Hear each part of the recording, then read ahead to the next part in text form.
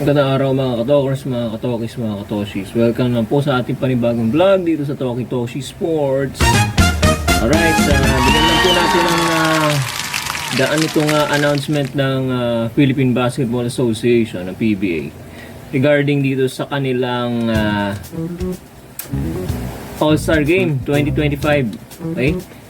Postponed for the meantime ang All-Star Weekend All-Star Games ng PBA na naka-schedule May 2 to 4, no?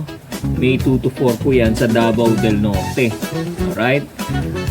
Ang dahilan daw, sabi ni Commissioner Willie Marcial, ang dahilan kung bakit nila pinospone itong mga laro ng All-Star sa Davao del Norte ay dahil sa security reasons. Dahil nga wala naman siyang sinabing o inelaborate, pero ang personal na paningin ko rito, mga kababayan, for security reasons, because may mga areas of concern sa Mindanao, not exactly sa Davao del Norte, sa Mindanao mismo. May mga areas of concern doon na i-declare ang COMELEC. Okay? Kasi alam naman natin mag-e-election ngayon. Okay?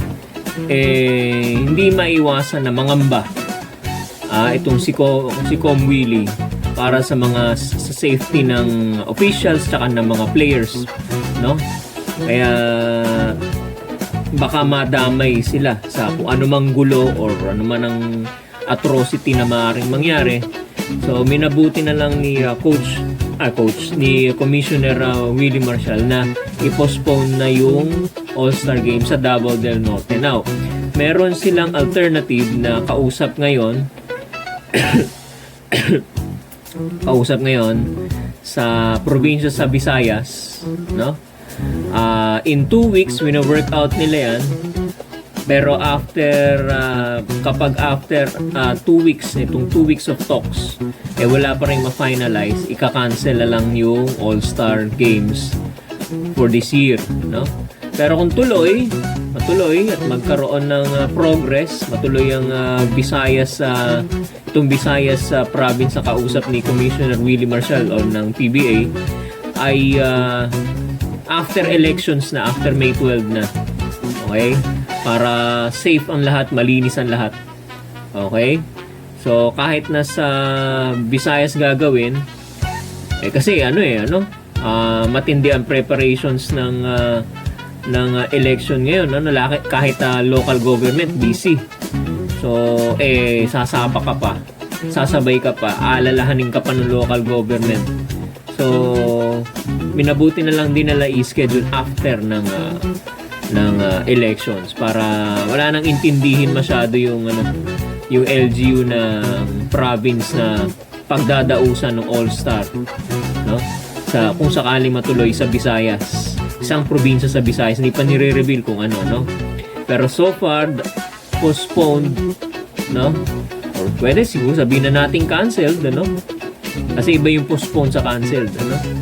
Okay, well, postponed yung All-Star Games sa taong ito sa Davao del Norte. Nag-ahanap pa po ng probinsya sa Visayas kung saan po gaganapin yan. So hintayin lang po natin yung announcement ng PBA kung saan, kung matutuloy po ba itong 2025 All-Star Games at kung saang probinsya sa Visayas kung magkaayos ang magkaroon ng finality yung kanilang usapan within 2 weeks. Mga natin mga kababayan. Alright, update lang po tayo dito sa mga scores, game results, standings. Okay, at ang mga susunod pang mga laro in the future para dito sa Philippine Cup natin, as of April 18. Alright, so etong last day nung April 16, okay, yung last day na laro before itong mahabang weekend at long vacation, yung laro ng Rain or Shine at Northport, nanalo po ang Rain or Shine 113, Northport 96. Okay? Ito po yung unang panalo ng rain or shine. Okay? So 113-96, rain or shine winning over Northport. At yun namang sumunod na laro sa second game, San Miguel Beermen versus Magnolia Hotshots. Umabot po ito ng overtime, mga kababayan. Talagang bago pa magbakasyon pukpukan, ano?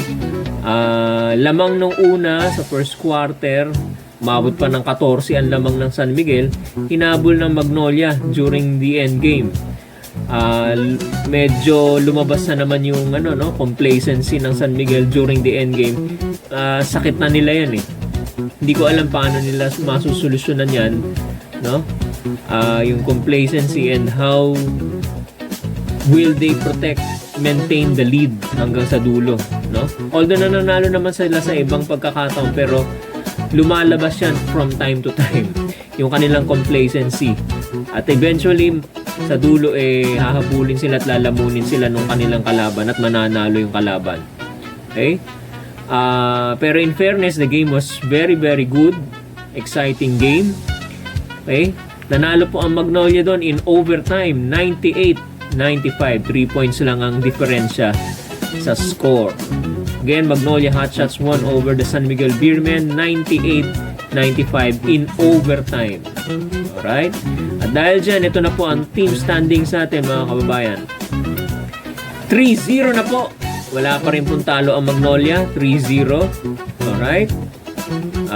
Hindi ko lang alam kung masusustain nila to or masusustain nila, pero bandang dulo alam naman natin ang nangyari sa kanila nung mga nakaraang conferences. Top sila, pero pagdating sa playoffs, ayun na, doon na nagkatalo, no? Well, tingnan natin, okay?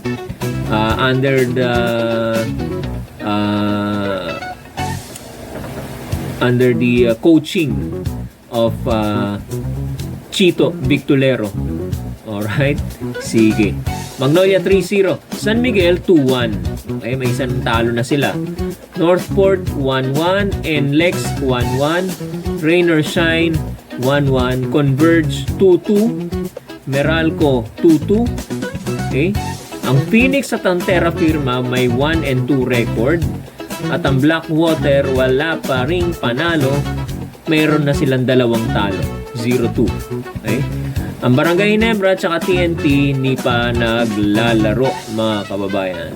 Alright? So, tingnan natin itong mga schedule.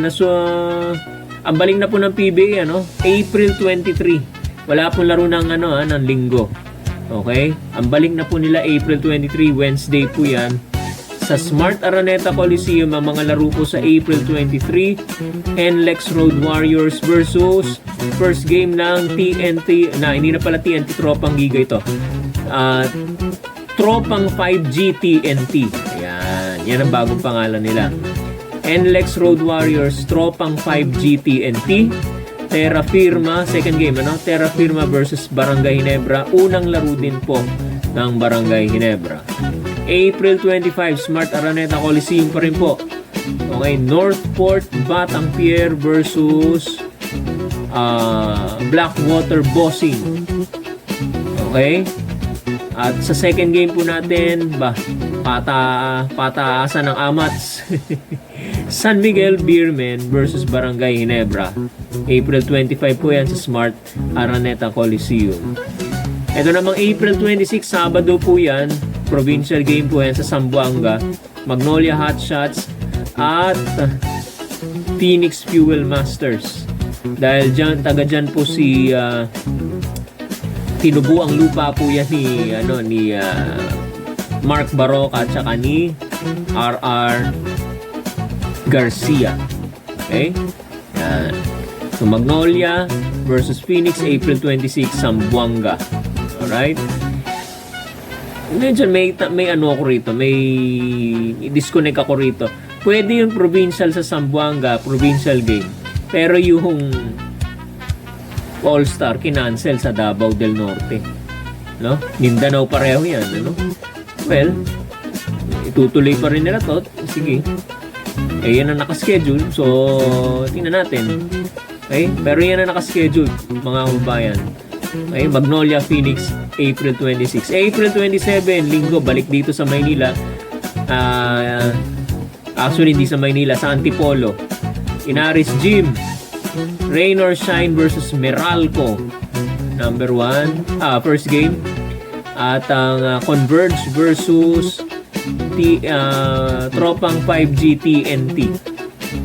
Okay? So, Rain or Shine, Meralco, Tropang 5G TNT versus Converge Fiber Xers. Right? Okay.